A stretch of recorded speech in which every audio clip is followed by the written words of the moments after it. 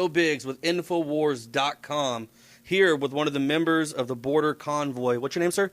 Eric Odom.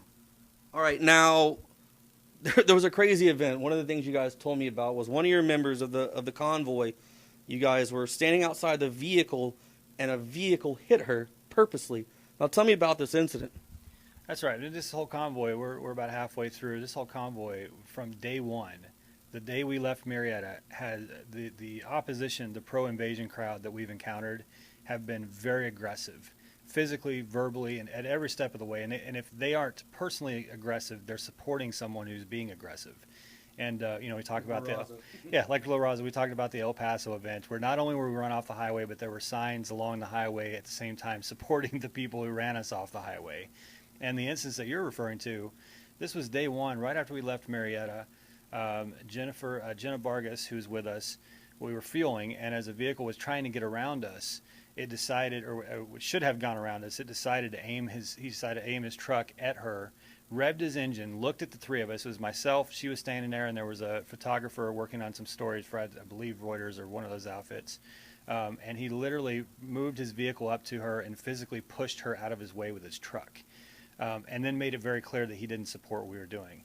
So that type of aggressive reaction is what we've gotten all along the way. No one can come out and peacefully say, you guys are, you're wrong on this. We disagree with you. We support the invasion. We don't like that you don't support the invasion. They literally hit us with vehicles, run us off the road, surround our hotels, and have us evacuated at 4:30 in the morning. That's pretty much what we've seen from the opposition from day one. I mean, personally, I haven't witnessed one peaceful amnesty protester yet. They've all been very angry, and they're so quick to take anything hardworking Americans, people who are liberty-loving Americans, and flip it to the mainstream media and make it look like they're terrorists, make it look like they're racist, because what's wrong with living in a community and caring so much that you don't want illegals coming through, bringing diseases and getting that into the school system and spreading? That's not racist. And these people, if I'm not mistaken, you're not against legal immigration. Am I correct? Absolutely correct. And another thing I would say on this is that most of the, and you guys know this, very well, most of the media out there, corporate, big mainstream media, whatever you want to call it, drive-by media, they like to make this about the kids. I responded to 5 media inquiries today. What are you against kids?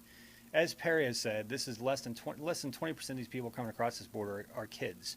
The rest are who knows who they are? Diseased criminals. There's talk of Hamas. There's talk of terrorist organizations and cartels. These are dangerous people coming across this border. And I would suggest that anyone who doesn't want to stop them come across this border is very un-American, because border security is at the core of us being a nation of law and a nation protected from foreign invasion. I mean, it's sad that our government won't even do its job to protect our borders and its people. A country without borders is not a country. Our government's not doing its job, and people like him and the rest of the border convoy have to stand up and do the job themselves. What's wrong with that? Why is there anything wrong with caring enough about your community and your country to stand up and say, hey, I'm tired of this? There's nothing wrong with that. And it really, it does piss me off when I see people spin that on you guys all the time. You're racist. They are so mean to you guys, and they're throwing stuff at you, and they're just completely bad-mouthing what it is to be an American. Yeah. Like you said, what is it?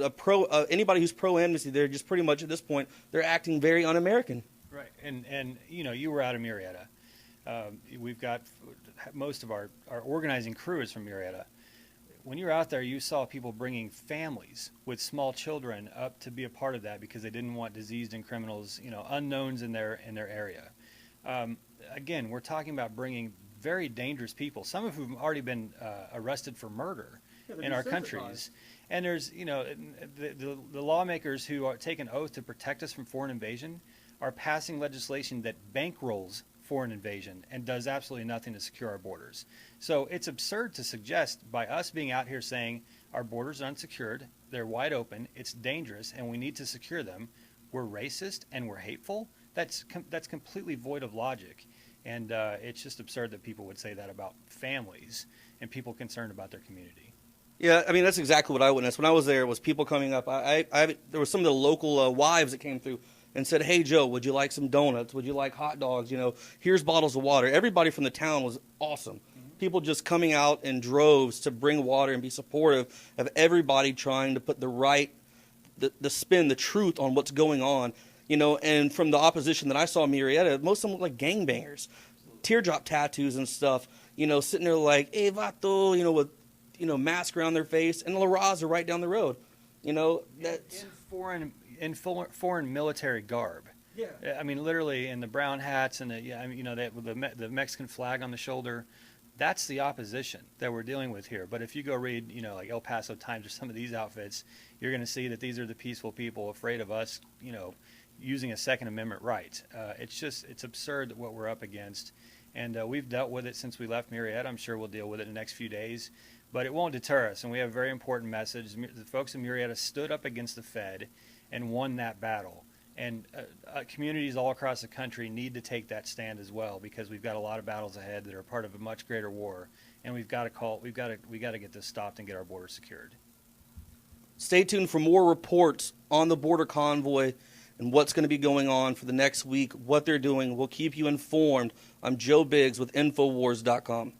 This is Alex Jones for InfoWarsLife.com. The latest in preparedness is now here. An electrically stabilized colloidal silver solution that can be added to both your home cabinet and preparedness pack alike. Concentrated to 30 parts per million in what has been dubbed the survival silver solution. The new InfoWars Life Silver Bullet Colloidal Silver is the answer for you and your family. And it's entirely free of toxic artificial additives that are loaded into many products. The InfoWars Life Silver Bullet Silver is so powerful that it is concentrated into a 2-ounce bottle and is not recommended for extended continual use. This is not a low-grade formula. We are working with one of the top laboratory manufacturers in the United States to bring you the best form of colloidal silver using electrical processes within a base of deionized water for your preparedness storage or your home kitchen. Purchase your bottle of InfoWarsLife.com Silver Bullet Colloidal Silver today and find other amazing supplements at InfoWarsLife.com.